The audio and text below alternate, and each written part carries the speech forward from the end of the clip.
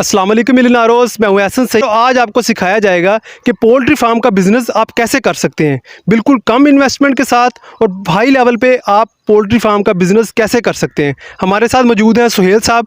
आज हम इनसे जानेंगे पोल्ट्री फार्म के अंदर कौन कौन सी चीज़ें शामिल होती हैं और हम ये बिज़नेस कैसे कर सकते हैं। सुहेल साहब, आपने ये बताना है कि आपको कितना अरसा हो गया ये काम स्टार्ट किए। हमें तकरीबन 2013 का हमने स्टार्ट किया हुआ है ये काम। मतलब कि आपको 9 साल हो गए काम स्टार्ट किए। तकरीबन 9 साल। जब आपने ये काम स्टार्ट किया था तो आपने कितने पैसों से ये काम शुरू किया था? उस वक्त तकरीबन 3-4 लाख रुपए से हमने इसका स्टार्ट किया था। तो अगर कोई आज ये वही उसी लेवल पे शुरू करना चाहता है तो कितने पैसों से शुरू कर सकता है? कुछ ज़्यादा तो नहीं, बस जो कीमतें बढ़ी हैं उसके हिसाब से आप समझ लें 6-7 लाख से एक आदमी इंसान जो वो स्टार्ट कर सकता है इसको। अच्छा सुहेल साहब, ये चूज़े जो आप लेते हैं, चूज़े को पालते हैं, वो कहाँ से लेते हैं आप? चूज़ा ये डायरेक्ट कंपनी से रब्ता करना पड़ता है, या उसके अलावा हर कंपनी का जो डीलर होता है वो हर सिटी में मौजूद होता है, उसके साथ कांटेक्ट करना पड़ता है।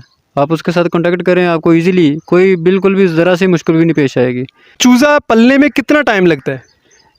ये चूज़े को अंडा देने तक 4.5-5 माह लग जाते हैं। 4.5-5 बाद जो चूज़ा है वो अंडे पे आ जाता है। इनकी जो खुराक होती है वो आप कहाँ से लेते हैं? सेम प्रोसीजर है खुराक का भी। उसी कंपनी के जो डीलर होते हैं वो आपका कांटेक्ट उनके साथ होता है, वही आपको लेके देते हैं। अगर ये काम को स्टार्ट करता है तो नुकसान कहाँ पे हो सकता है? लापरवाही, जिधर आप लापरवाही करेंगे उधर आपको नुकसान उठाना पड़ेगा। बस आप इस पर थोड़ी सी गौर करें, इंशाल्लाह कुछ भी नहीं होगा। इस काम का कोई सीज़न होता है या सारा साल ही काम चलता है? जी, सीज़न होता है सर्दियों का। ज़्यादा जो पीक पे काम होता है वो सर्दियों में होता है, लेकिन आजकल गर्मियों में बैकरी वगैरह चलती रहती है, कोई मुश्किल नहीं आती, आपका अंडा चलता रहता है। मतलब कि आप गर्मियों में अंडा बेकरी में भी चला जाता है, सर्दियों में दुकानों वगैरह में? जी जी बिल्कुल। इस काम को स्टार्ट करने के लिए सुहेल साहब बंदे कितने होने चाहिए? एक ही काफ़ी है। अगर आपका छोटा प्रोग्राम है तो एक ही काफ़ी है। छोटे प्रोग्राम में क्या क्या कितनी मुर्गियाँ शामिल होती हैं? कम से कम 1000 मुर्गी का तो होना चाहिए ना आपका।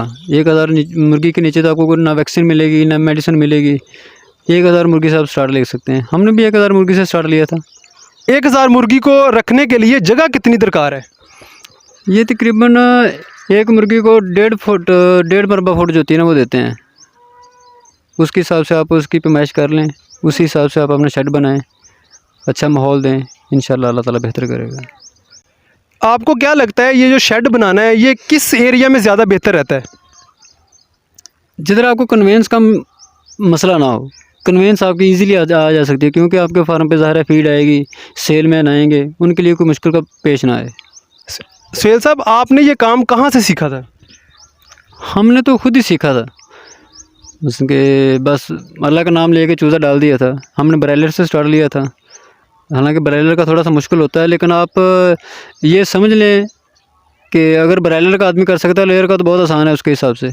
इंशाल्लाह आप भी ऐसा करेंगे, खुद ही अल्लाह का नाम लें और इसको स्टार्ट करें, कुछ मुश्किल नहीं है, अल्लाह बेहतर करेगा इंशाल्लाह। मतलब आप तो एक ज़िम्मेदार बंदे हैं, तो आपका थोड़ा बहुत तो तजुर्बा था। अगर कोई नया बंदा इसको सीखना चाह रहा है तो वो अच्छी ट्रेनिंग लेकर अपना काम सेटअप चलाना चाह रहा है, तो वो कैसे सीख सकता है, कहाँ से सीख सकता है? उसके लिए बेहतरीन यही है कि आप 1 महीने के लिए या 2 महीने के लिए कोई आदमी हायर कर लें, कोई मुलाजिम रख लें। उनको पता होता है, उनका तजुर्बा होता है, उसके साथ साथ आप भी सीख जाएंगे। इसको सीखने में सुहेल साहब कितना वक्त लगेगा उसको?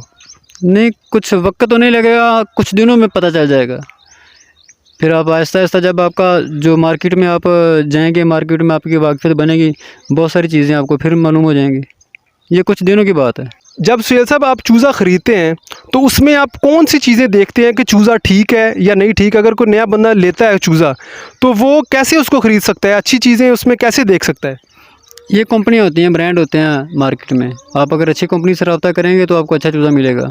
ए ग्रेड का चूज़ा ख़रीदें, उसके बाद अल्लाह वारिस है। 1000 मुर्गी से आप एक मंथ का कितना कमा लेते हैं?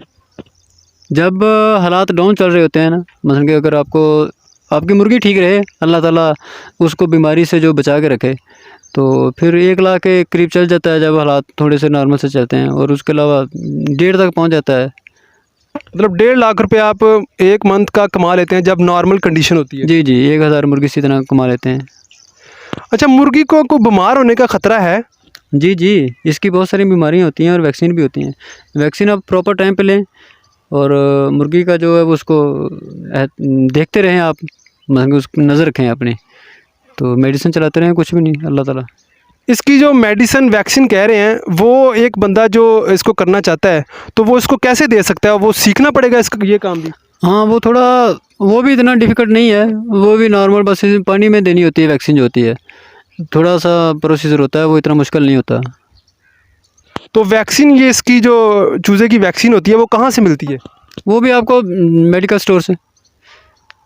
किसी वैक्सीन का नाम पता है आपको?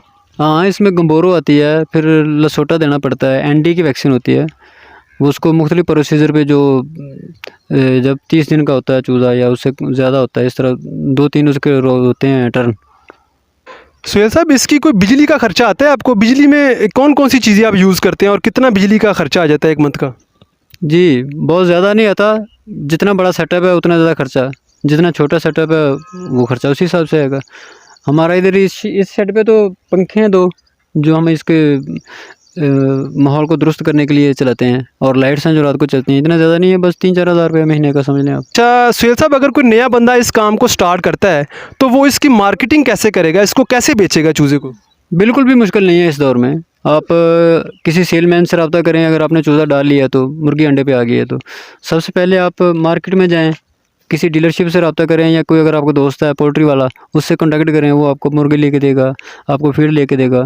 अगर किसी को नहीं पता चलता तो कोई हमसे रब्ता कर ले, हम उसकी रहनुमाई कर सकते हैं, आप कर सकते हैं आपके ज़रिए, तो कोई मुश्किल नहीं है आपको। अभी तो हर आदमी जो वो अपने उसको हर सहूलत शेड पे मिल जाती है।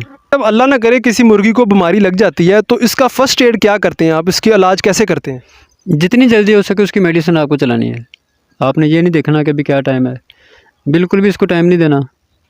ये एक लम्हा ज़ाया किए बगैर आपने कोशिश करनी है कि हर मुमकिन सूरत में मेडिसिन चल जाए। तो कोई इसका कोई डॉक्टर भी होता है या जिससे आप चेकअप करवाते हैं? हाँ, हाँ, डॉक्टर होते हैं जिनसे हम फीड लेते हैं, वो ये सहूलत देते हैं। डॉक्टर उनका जो होता है वो विज़िट करता रहता है।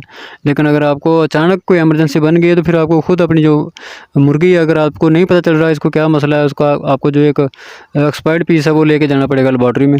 वहाँ से आप टेस्ट करवाएँ क्या मसला है, मेडिसिन लें और वो चलाएँ। अच्छा सुहेल साहब, आपको कहाँ पे नुकसान उठाना पड़ा है इसका और दूसरों को क्या एडवाइस देना चाहेंगे आप? सबसे ज़रूरी जो चीज़ है इसमें वो आपकी मेजरमेंट है।